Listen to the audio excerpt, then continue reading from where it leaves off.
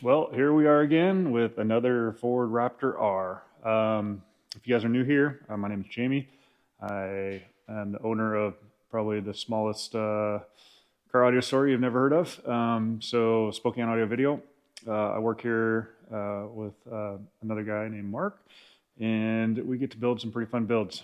So today we're going to show you what we did in this I think it's 2023 Raptor R. Customer came to us. This customer we've done some other projects for. He really likes a lot of bass. So we did something a little bit unique for the bass in this one. So I'll kind of go over what we did and why we did it. And we'll just kind of start in the front. Factory deck used a module that ties in to where the factory amp usually goes. It plugs in to the factory amp wires basically, and then gives you RCA outputs or fiber optic outputs, like Toshlink outputs to amplifiers. So nothing was changed in the dash. You know, we never really replace the head units anymore in any cars. That piece is made by a company called Pack Audio. If you're into car audio, you probably know all this stuff, but if you're new to it and maybe you have a Ford and you don't know, that's just like a little handshake piece you're going to need to go between the factory deck and your aftermarket amps. So after it goes through that little adapter piece there, then it goes out to the amplifiers, and you'll see in the back we've got quite a few amplifiers back here. We've got 4 amplifiers. We've got an 8-channel amplifier. We've got a 2-channel amplifier. And then we've got 2 monoblock amplifiers. So the 8-channel amplifier runs the speakers in the front doors and the dash and the front pillars. The 2-channel amplifier runs the rear speakers. And then the 2 monoblock amplifiers, one of them runs the subwoofer that's kind of built into the center console in the back, and that is a 13-inch subwoofer. And then the other amplifier runs 4 8-inch woofers that are under the rear seat. So before I get too far into like the product that we use, the door speakers and stuff we used, and subwoofers, amplifiers and all that, and why we chose that product, one thing we did do is we pulled all the interior out besides the headliner. All the door panels, all that, everything was removed from the vehicle. And then while we had everything out, we did sound deadening throughout the car. I should say truck, sorry. We did the full floor, all the back wall, all the way up to the firewall. And then in the doors, we were able to do the outer skin and then also the inner skin. So like on a door, on one of these doors, it has a metal frame on the outside, and then on the inside where your door panel attaches to is another metal frame. So we did the sound deadening on this outer part, and then on the inner part we did some. And then another thing we do when we do these Fords is when we're doing that inner plate, there's usually an opening for access to get to the window. Let's say this window got broken or scratched and it needs to be replaced.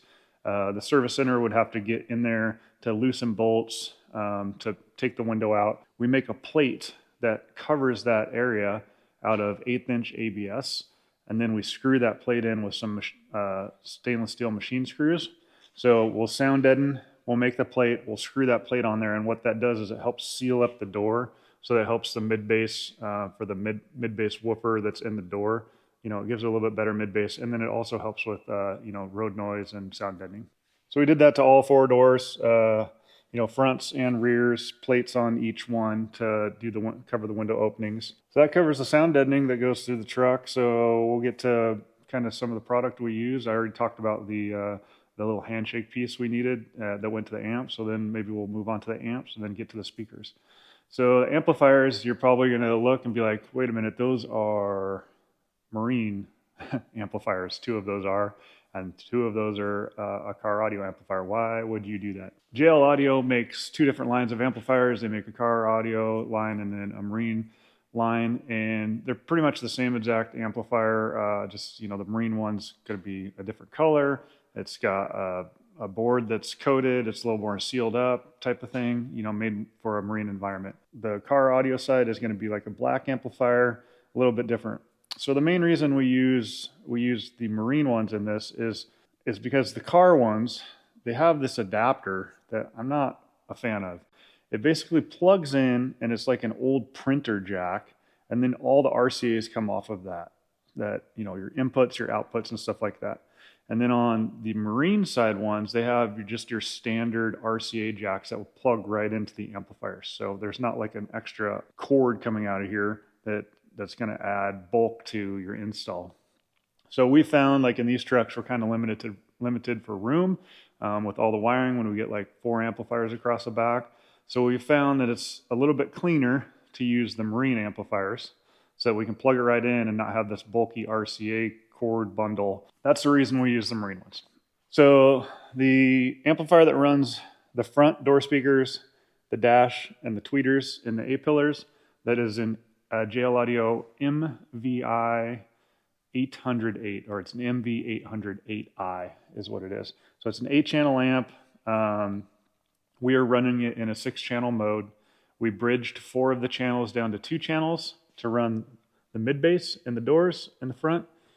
2 of the channels run a 3-inch that's in the factory dash location, and 2 of the channels run a tweeter that's in the factory A-pillar location. The second amplifier that we use is an MV600/2i, and that is a 2-channel amplifier, and that runs the speakers in the rear doors, which are a coaxial speaker. The other 2 amplifiers that we have in there, the silver ones, those are JL Audio HD 1200/1. So there's a 1200 watt amplifier each. One 1200 watt amplifier runs a JL Audio 13, and then the other one runs the 4 8-inch woofers under the seat. For front door mid-bass, we use the Focal Utopia 8-inch mid-bass. It's kind of a slimline mid-bass. We're able to build an adapter to fit to the factory bolt hole locations, so we don't have to cut anything in the door. Everything bolts right in. It's all composite material that we make those out of. The dash speakers up here, same Utopia line in the Focals. We use the 3-inch mid-range, and that fits under the factory grill. And then the tweeters are in the A-pillars, and those also fit behind the factory grills. We make some adapters. Those are the Focal Utopia. I think it's the TBM is the model number for those tweeters. So everything is behind factory panels. You can't see anything. If you look in doors, it looks out of place. It all looks factory. This system had the factory B&O system that has a factory center channel. We just disconnect the center channel when we do a system in these, because we're able to use a DSP processor to kind of get the imaging to image in the center of the truck, and we don't worry about putting in a center channel. In these back doors, we use the Focal one step down from the Utopias, the K2 line.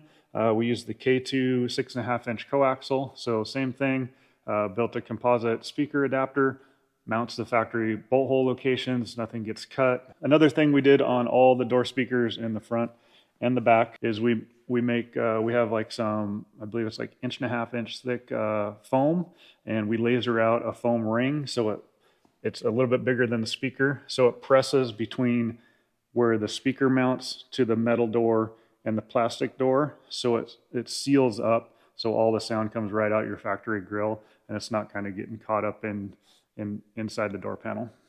All right, we went over all the speakers, so let's get to the back where the fun stuff is, the subwoofers. So some people might watch this and be like, what are you doing? You put 2 different size woofers in a car, it's going to have cancellation. That's dumb. You're not supposed to do that. They got to be the same size, same, brand, whatever. We've been doing this long enough that we know sometimes you got to try something different, and sometimes it's awesome, sometimes it's not, and this one's pretty awesome. So when the customer came in, he wanted a ton of bass. We've done other projects for him. In a truck, obviously you're limited to the amount of room you have unless you want to pull out a seat or something like that. So one thing he did want is he wanted a 13W7. He wanted a big woofer in here. We kind of measured, and and saw that, oh, hey, okay, well, we could probably fit this between the rear of the front console and the back seat. So we'll build like a, something that kind of mimics another console in between. He was fine with that because most of the time he just has two people in the back. And then, in rare cases, somebody could sit in the middle and maybe straddle this box if they needed to. With that being said, I was like, hey, why don't we do 4 8-inch woofers too? I love the 13W7s. They play super low, super deep bass, but they're not as punchy as some of the stuff that, I listen to everything. And this guy's probably around my age or so, and I know he probably listens to everything too: rock, rap, country, all of it. I threw out that idea, and it took a little convincing, but he got on board with it. So what we did is we did have to put a seat lift in the back just to get these 4 8-inch woofers in there that we wanted to use.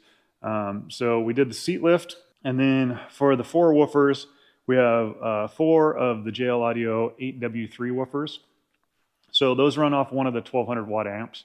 So power wise, it's about perfect for what that woofer can handle per woofer. It's about 300 watts per woofer. Those are in sealed enclosures. And then the 13W7, we also had to do that in a sealed enclosure just because there's not enough airspace back there to do stuff imported. So you can see here on this subwoofer enclosure, we've got a lot of different, shapes and things going on. So the way we're able to make this work is we kind of built it in 3 different sections. We built this in what they call a stack fabrication. So this is actually a bunch of 3/4 inch MDF stacks that go this direction. The baffle board for the subwoofer is actually a flat piece, but the part that comes up this way and over and around, those are just like kind of ribs that we screw together or staple together to get the shape. Did the same thing here to give it kind of a cool look on the inside, and then we were able to do a little chamfer on each edge on the inside, so it kind of gave it a cool look when you look down in here. We did some logos in here, Raptor logos, and then our logo around these subwoofers in the back, and then we also added LED lighting to light all these up. So you can see we have the Downfire 13 right here, and then we have 4 of the Downfire 8W3s, all sealed enclosures.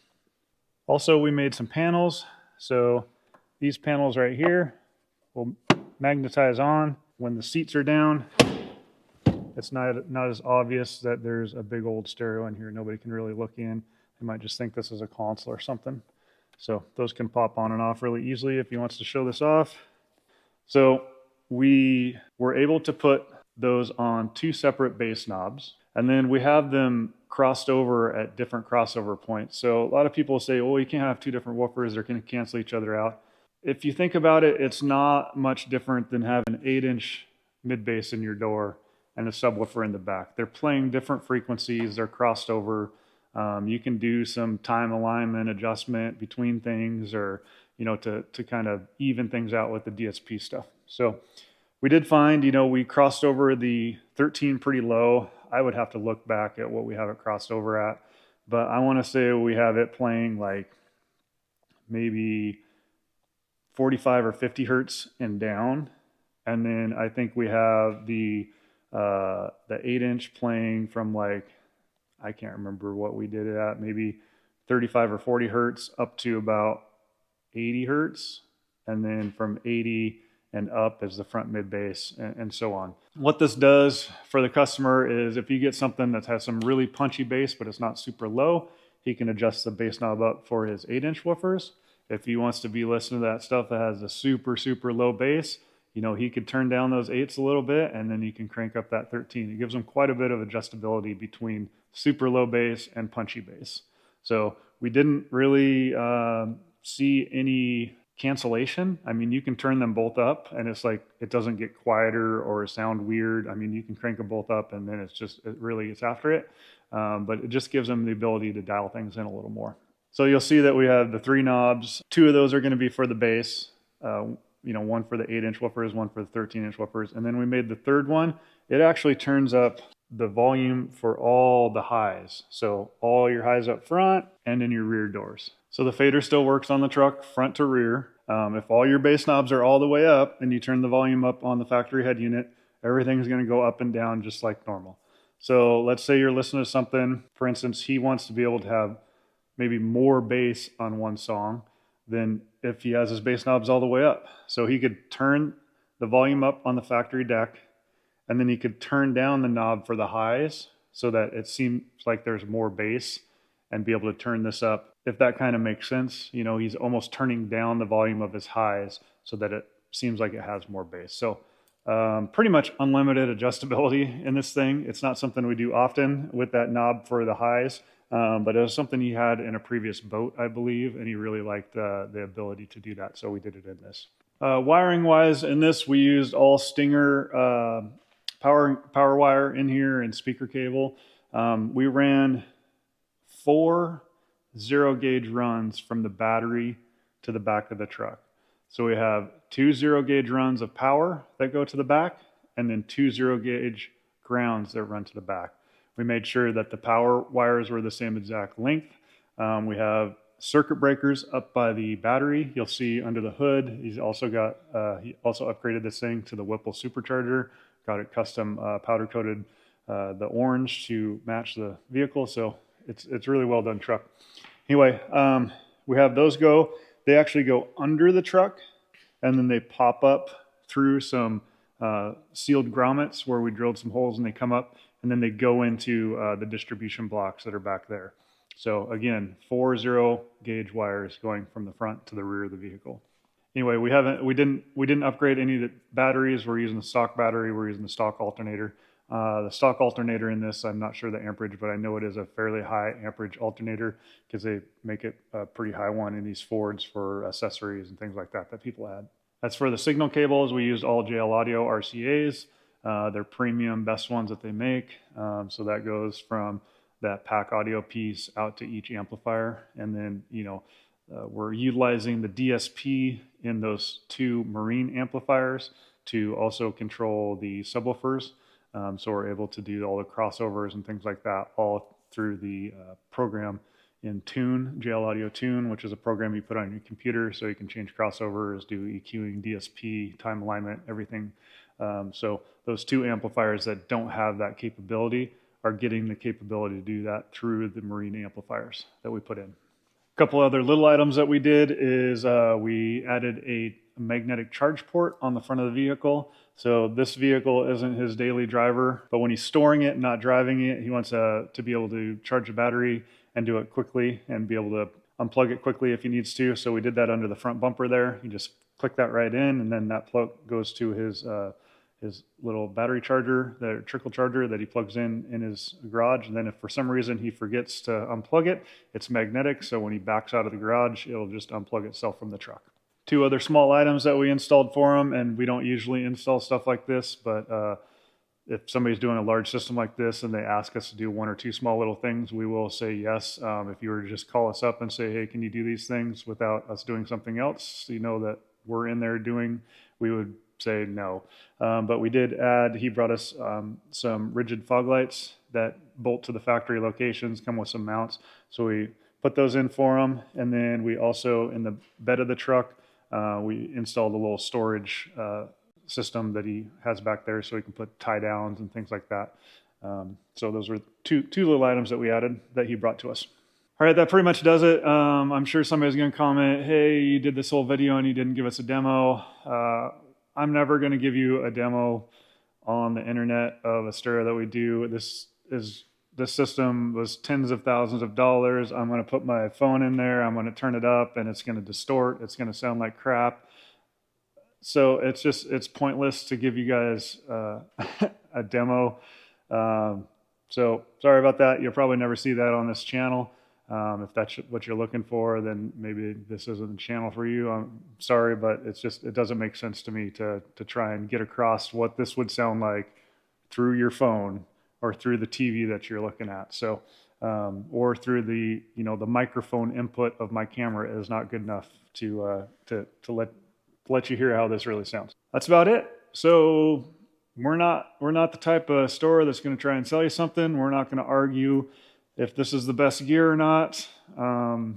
There's plenty of good gear out there. We're not going to try and sell you something. We just kind of want to show you what we build and you can make educated decisions on your own on what you want to put in your own car. If you do want our help with it, we'd love to help you out.